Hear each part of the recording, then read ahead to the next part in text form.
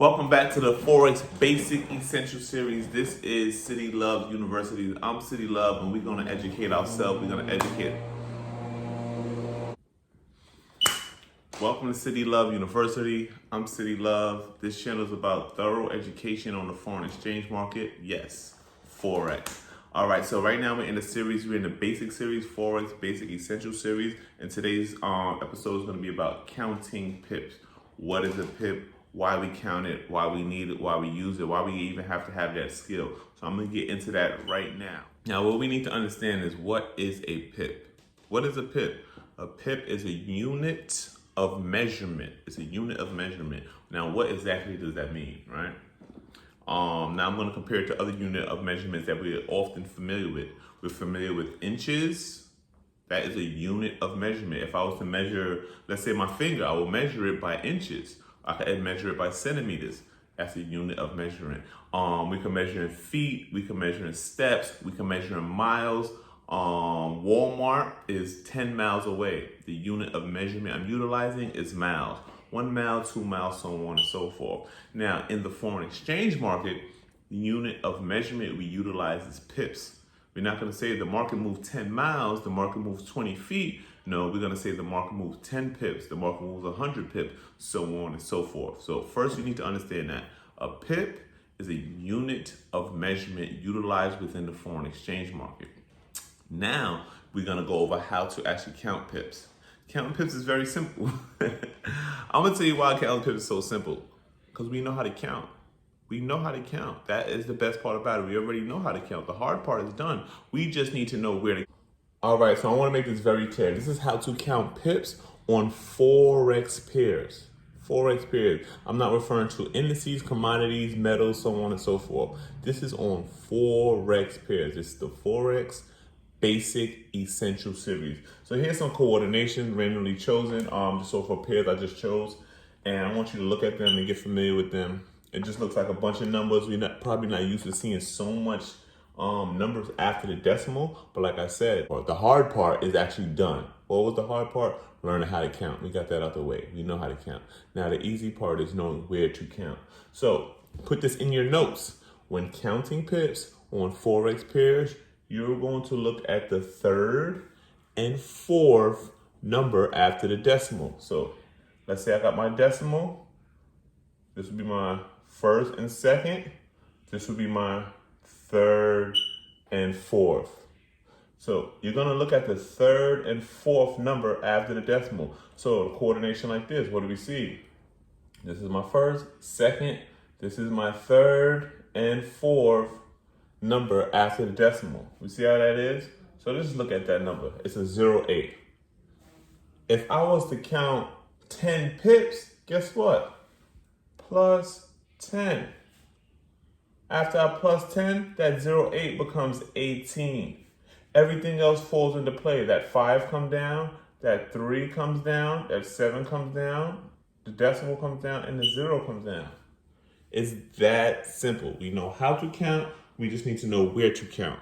Now, let's say I was to count something on smaller note. 2 pips plus 2 pips. Guess what? That 8 becomes a 10.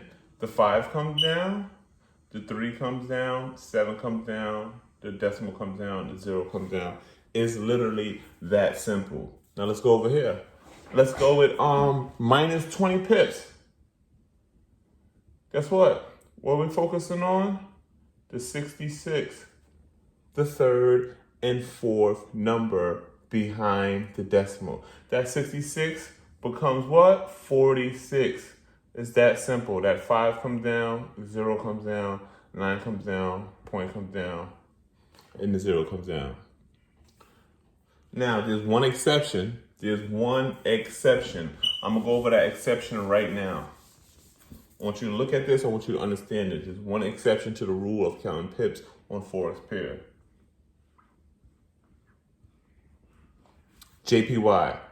JPY is the currency of the Japanese yen. The Japanese yen is the exception. So any currency pair attached, or any currency pair that has the Japanese yen in it, will not have a fourth digit after the decimal. So we got currency pairs like GBP, JPY, USD, JPY, Euro, JPY. These currency pairs are not going to have a fourth digit after the decimal. So how do you count pips on Forex on JPY pairs? We know regular Forex pairs look like this. Point, just going to cross that out, and we're going to focus on the third and fourth after the decimal. We know that. Now with JPY, you're going to focus on the first and second number after the decimal. It's super simple. Why? Like I said, we know how to count already. So I'm going to throw two JPY coordinations on the board. We're going to go with 75, 28. Very simple. Plus 10 pips. Guess what? Look, 75, 38. Very simple. Very simple. Very simple. GBP, JPY often looks like this. 134.665. We know what to do. We're going to focus on the first and second digit after the decimal. There. 134.665. This is a GBP, JPY example. Plus 10 pips. You know what we're looking at, right? So 10 plus, very simple. 76. The 5 come down. The 134 come down. That'll be your answer. It's simple. Simple. Minus 20 pips. Minus 20. This becomes what? 46. The 5 come down. The 134 comes down. It's very simple. All right, so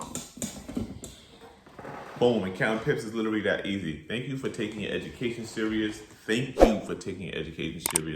Soak up the information, take notes. Any questions, comment down below. If you're on my team, all you gotta do is text me. I got you. We're gonna link, we're gonna put it together. Anything else I wanna say? Like, follow, subscribe, and most importantly, share this information. Share it, push it around to anybody that you know that is willing to put the time in to absorb the information and get a new skill, a skill that can and will pay them every single day for the rest of their lives. Come get this information. City Love University.